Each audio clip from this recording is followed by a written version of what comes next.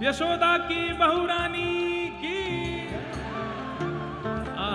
द्वार पे खड़ी हैं किशोरी जी, मधुर, सिर पर नीली चुनरी डारी हुई है, नीचे पीली लहंगा पहनो है, गले में छोटे छोटे हार पहने, छोटी छोटी चूड़ी पहनी है, छोटे से चरण हैं, छोटे से हाथ हैं, छोटा सा मुखमंडल है, मृग जैसे नेत्र हैं, सुंदर से कान हैं, सुंदर अलकावलियां हैं।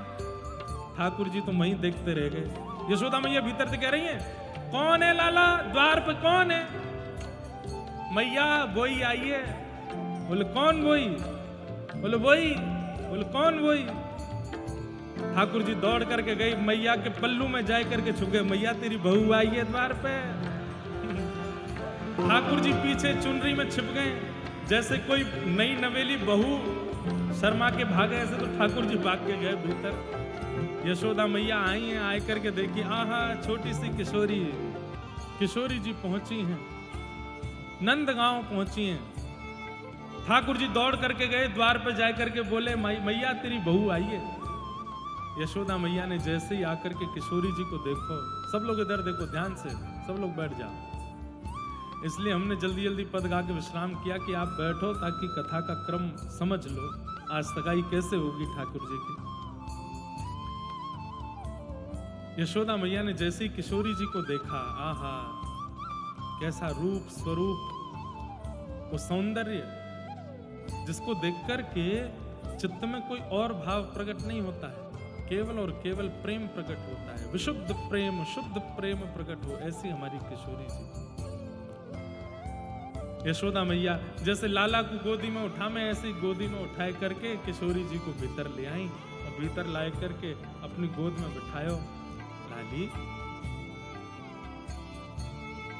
कौन काम की है? अब छोटी सी किशोरी जी तो बेचारी संकोच में, आजकल के बच्चे भी संकोच में कुछ पूछो, बोलना आता फिर भी नहीं बोलते, तो किशोरी तो और घबरा गई। यशोदा मैया कह रही, लाली कौन काम ते आई है? तो किशोरी जी कुछ बोली नहीं। इतने में ठाकुर जी पीछे से, मैया बरसाने ते आई है जे। अच्छा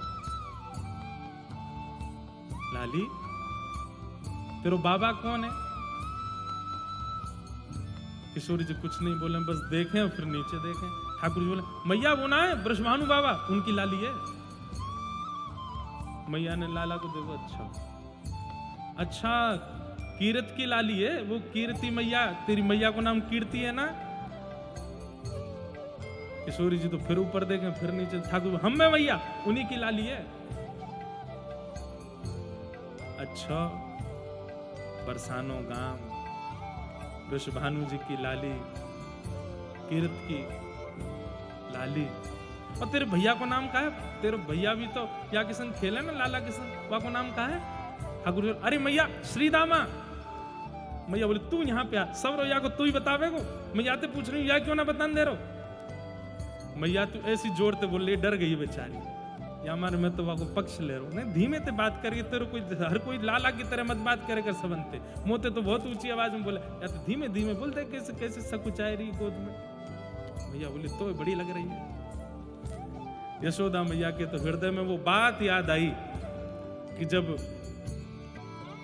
पहले भानु बाबा नंद बाबा दोनों आपस में एक दूसरे से कहो करते कि अगर हमारे लाली तुम्हारे लाला भयो तो संबंध करेंगे। कीर्ति मैया यशोदा मैया को अपनी पुरानी मित्रता, क्योंकि जब से बालक भय इतनी व्यस्त है गई हैं दोनों अपनी सेवा में, अब ज्यादा मिलनो जुलनो है नहीं पावे, धीरे धीरे बातचीत थोड़ी कम हो गई है। तो आज यशोदा मैया को याद आई कि अरे लाला तू जाकू, बोली नहीं मनी मन सोच रही, जाकू तू लेके आए हो है, यहाँ से तो गर्भ में ही हमने संबंध कर दिया, हम तो गर्भ से ही संबंध मान के बैठे। यशोदा मैया बोली, अब ज्यादा विलंब नहीं करूं, अब लाली घर आई गई है, पहली बार मेरी हैवे वाली बहू अपने आप ही आई गई है घर। मैया तुरंत गई, बोली लाली तू बैठ, मैं अभी आऊं। मैया भीतर को गई, ठाकुर जी बैठे, कछु खाओगी, भूख लगी होगी, दूर ते आई हो चल के, यहाँ कैसे आएगी, थकी ना तुम? ठाकुर जी से श्री जी बात कर रही, मैं आएगी, कल आप रास्ता बताए के गए ना घर को। मैया ने इतने में आवाज, लाला इतकुआ, तुम यहीं बैठ, मैं अभी आऊं मैया के पास। मैया के पास गए, मैया को छू निकाले, अरे लाला एक बार तो कहाँ मिली है? अरे मैया अब तू कहाँ बताऊं मैं? बोले ना बता दे कहाँ मिली। मैया कल मैं जमुना तट गयो। बोले हाँ, और वहां डोलते डोलते मैं अपनो घर भूल गयो, नंद भवन को रास्ता भूल गयो। तो मैं वहां बैठ के रोने लगो मैया। और तब ये लाली आई और ये लाली मेरो हाथ पकड़ करके मुझको नंद भवन छोड़ के गई। तब ते मेरी आते मित्रता है। बोला अच्छा, इतने बड़े बड़े कामन ने करियावे तब तो तू नंद भवन भूले ना है? तो जमुना जी तो नंद भवन भूल गो। जमुना तीर कलही में भूल्यो, बाह पकड़ ले आई हो। ये मेरी हाथ पकड़ के यही लेके आई मुझे। चल लाला या कुछ श्रृंगार कर दूं। मैया गई बाहर और बाहर बैठ करके किशोरी जी को सामने एक मूढ़ा पे बैठा करके यशोदा मैया जैसे ठाकुर जी को श्रृंगार करें वैसे श्री जी को श्रृंगार कर रही है। सबसे पहले तो चुनरी उतार करके यशोदा मैया ने आज किशोरी जी की मांग पारी है, मांग निकाली। मुझ को तो पता नहीं, पर या पद से पता चली कि जब पहली बार कन्या को विवाह क्रम होवे तभी वाकी मांग पारी जावे, मांग निकाली जावे, बीच की मांग, और वाह में सिंदूर डारो जावे। मांग पारी बेनीजू सवारती, केश काट करके दो तरफ के केश करके यशोदा मैया अपने हाथ से बेनी बना रही हूँ। बगल में बैठे ठाकुर जी बड़े चाव से देख रहे हैं, बड़ा सुख मिल रहा है ठाकुर जी को। मैया जैसी कंगा ढूंढे ठाकुर, मैया जेरो काट दे। मैया इत्र ढूंढे ठाकुर जी को, बढ़िया वारो लेके आऊं मैया, लेके आऊं भीतर से, ये वारो लगा मैया। किशोरी जी के मुखमंडल पर जब बीच में बिंदी धारण कराइए तो कैसी लग रही हैं? बोले जैसे सुबह सुबह का सूर्य उदय होता है, उसका प्रकाश तो बहुत है लेकिन वो चुभता नहीं है, वो अति आकर्षित लगता है, अति अति प्रसन्नता देने वाला होता है, अति स्वरम्य होता है। ऐसे किशोरी जी का मुखमंडल लग रहा है, गोरी गोरी मुखमंडल पर बीच में बिंदी धरी है, ऐसा लग रहा है कि मानो सूर्य सुबह के सूर्य उदय हो रहे हैं। अपनी सुंदर महंगी वाली साड़ी को मैया ने बीच से चीर करके छोटी वाली एक फरिया बनाई है, और फरिया बना करके मैया बड़े चाव से किशोरी जी को श्रृंगार कर रही हैं, और ठाकुर जी पूरा सहयोग कर रहे हैं मैया को। मैया ले अब ये वारो काजल लगाए थे, ये वाली लालिमा लगाए थे, मैया मैया जे वारे कान में कुंडल पहना, मैया देख ये मेरे हार हैं, ये नवलखा वारो, ये मणि वारो, ये पहना दे गले में, मैया ये वाली कौंधनी पहना दे क्षुद्र घंटिका वाली। मैया बोली तू भाज रहो कि ना भाग रहो यहाँ, मैं कर रही हूँ ना श्रृंगार। लेकिन ठाकुर जी को इतना सुख मिल रहा है, बस भैया है गो ने का देर में मुंह छिड़क जाते।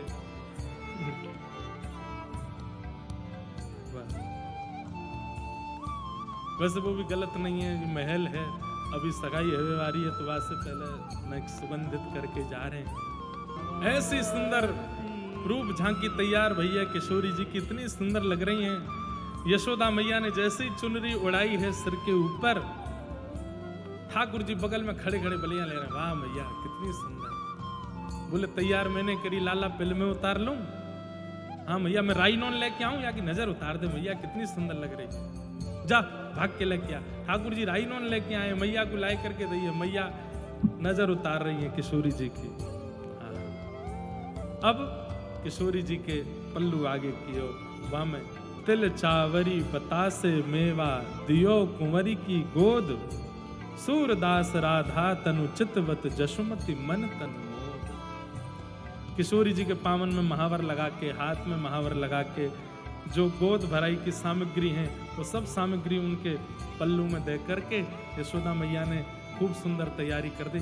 लाली अब तू अपने घर को चली जा। ठाकुर जी बोले मैया मैंने दूर तक छोड़े आऊं? बोले चुपचाप बैठो रे भीतर, चली जाएगी आराम से। एक दो सखीन से कह दी ना ध्यान रखियो, थोड़ी दूर तक छोड़े आई हूँ। छोटी सी किशोरी जी अपने ऐसे पल्लू में सब सामग्री लेकर के और चलती जा रही हैं। छम छम आवाज आ रही है पामन से, कानन के कुंडल आगे पीछे है रहे हैं, सिर पर सुंदर मांग दिख रही है, बिंदी लगी है, अद्भुत श्रृंगार। बरसाने के नेक समीप तक सखी छोड़ करके वापस लौट गई। अब यहाँ संध्या को समय है गयो और सुबह से ही श्री कीर्ति मैया खोज रही है, अरे लाली कहाँ चली गई, अरे ललता विशाखा सबसे पूछ रही है तुमने अकेले कैसे छोड़ दी, बोले मैया पता ना यमुना जी पे खेलते खेलते अपने आप कहीं चली गई। यहाँ पे सब बरसाने में ढूंढ रहे हैं, हल्ला मच रहा, कहाँ गई लाली, कहाँ गई लाली। तभी देखो सब बरसाने के लोग एक टक खड़े है गए, और तभी कहा देखना छोटी सी किशोरी जी छम छम करती वही चलती आ रही हैं, हाथ में ऐसे पल्लू में सब सामग्री है, और पूरा नवलखा को श्रृंगार, हाथन में खूब सारे चूड़ला आदि सब पहन करके, सब देख करके आश्चर्यचकित।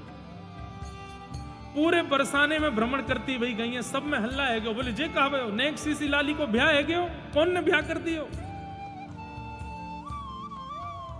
जैसे ही ऊपर भानु भवन में पहुंची, यहाँ पर सिर पे हाथ धरी बैठी श्री कीर्ति मैया, कहाँ गई मेरी लाली, रुदन कर रही हैं। तभी देखी द्वार पर किशोरी जी आके खड़ी है गई, सबरो श्रृंगार है ऊपर से नीचे तक, नक्श तक सबरो श्रृंगार कर रखो है।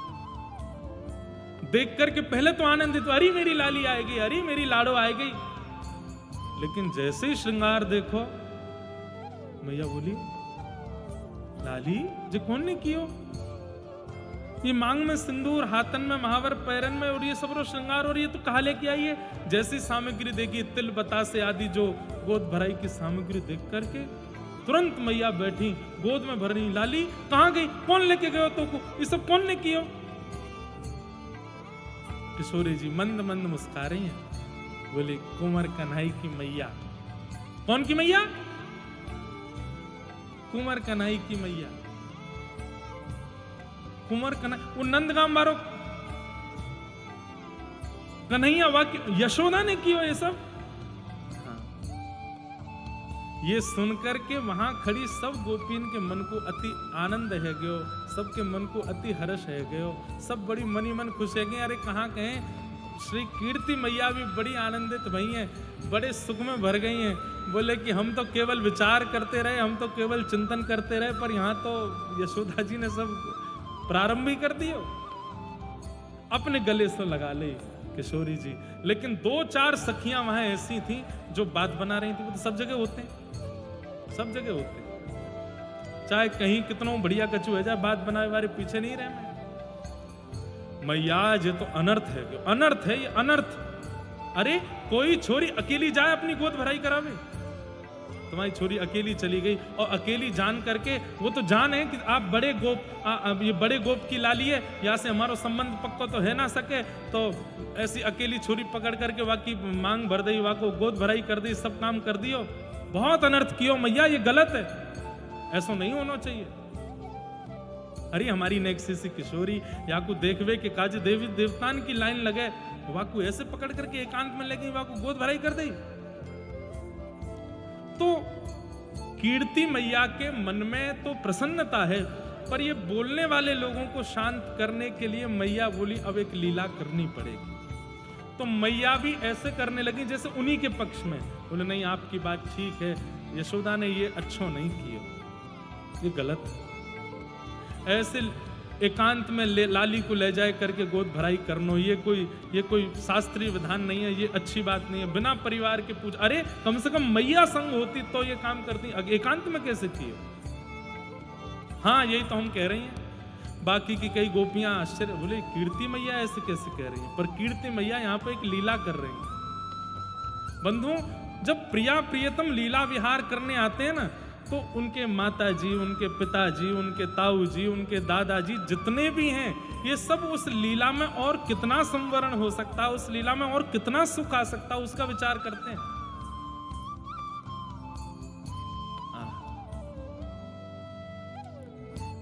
कीर्ति मैया ने कही भैया ऐसे काम नहीं चलेगा। बोले क्या करें अब, बताऊं क्या एरो है, बरसाने वाले आ रहे हैं, गोद भराई है गई ना।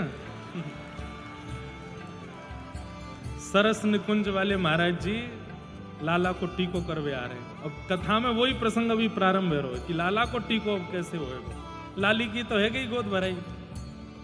तो गोद भराई के बाद अब ये बरसाने वाले टीको लेके आ रहे हैं। यशोदा मैया मनी मन बड़ी प्रसन्न है।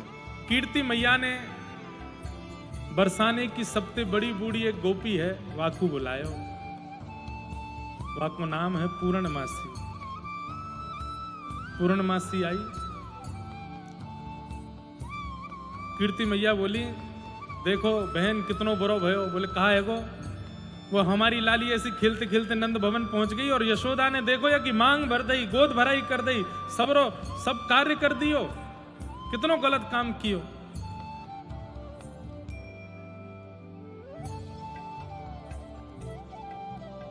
जो भी आगे से आ रहे हैं उनको जल्दी जल्दी बैठवाओ। अब कथा के क्रम में फिर नहीं तो विक्षेप होता है, जहां है वहीं बैठवा दो जल्दी।